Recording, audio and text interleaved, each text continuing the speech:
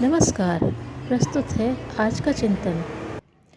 गलत ढंग से विचार करने वाला उसी प्रकार भटकाव में मारा मारा फिरता है जैसा कि राजमार्ग को छोड़कर उतावली में अनदेखी पगडंडियां पकड़ने वाला। असफलता का अर्थ है अभीष्ट कार्य के लिए जितना श्रम और मनोयोग लगना चाहिए था उसमें कटौती होना। यदि गिनना भूल जाए तो दोबारा गिनने लगे। गलती प्रतीत होने पर वापस लौटना ही ठीक है। सही दिशा अपनाने के लिए भूल सुधार का दंड सहना पड़े तो कुछ हर्ज नहीं। किसी का मूल्य करते समय अपनी सीमित जानकारी को ही आधार मत मानो।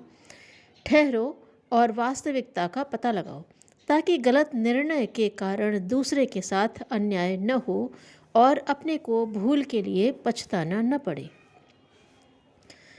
विरोधियों से झगड़ो मत, उन्हें तथ्य समझाओ और वस्तु स्थिति से अवगत कराओ।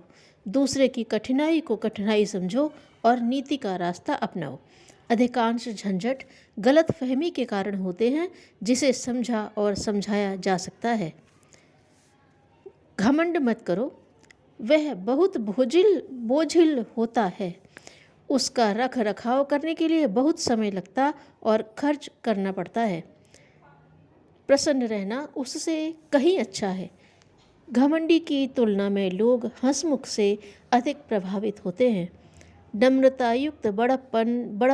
नम्रतायुक्त प्रसन्नता बड़प्पन की निशानी है और शेखी खोरी ओछेपन की।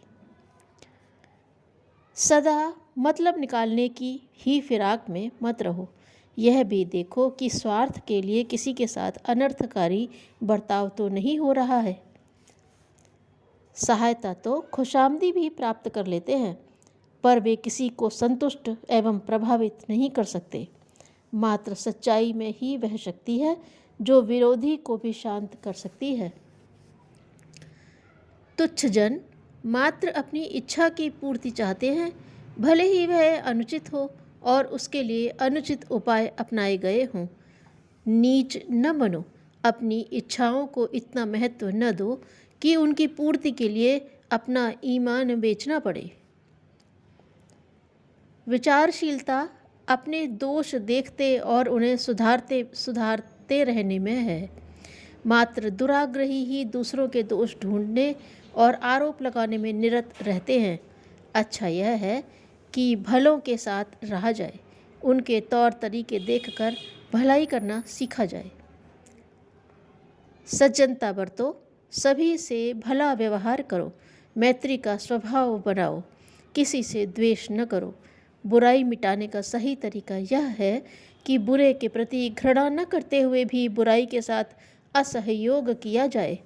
बुरे से भयभीत होकर डर जाना उन्हें कुकर्म करने के लिए प्रकारांतर से प्रोत्साहित करना ही है। धन कमाया जाए पर कमाई का रास्ता सही हो।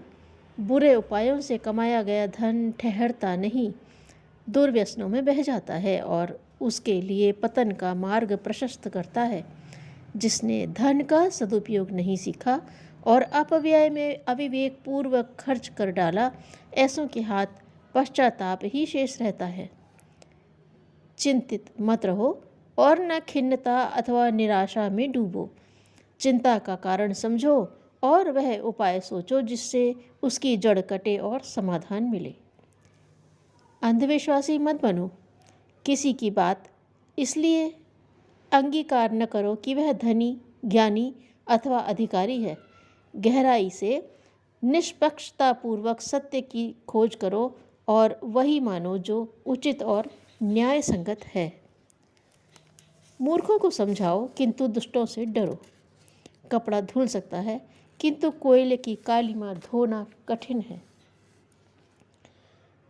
आत्मा की आवाज़ को चाहे हम कितना ही मंद कर दें, कितनी ही कुचल दें, कितनी ही अनसुनी कर दें, तो भी वह कुतुबनुमा की सुई की तरह अपना रुख पवित्रता की ओर ही रखेगी।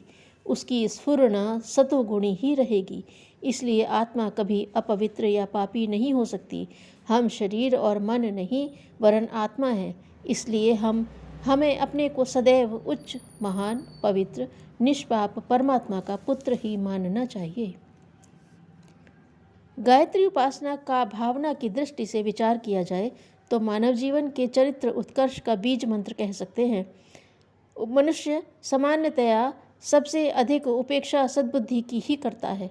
जिस औजार से उसे निर्माण करना है उसे ही टूटा फूटा, भौतरा और अनघड़ रखता है। इस भूल के कारण उसे जीवन लक्ष्य से वंचित रहना पड़ता है। धन्यवाद।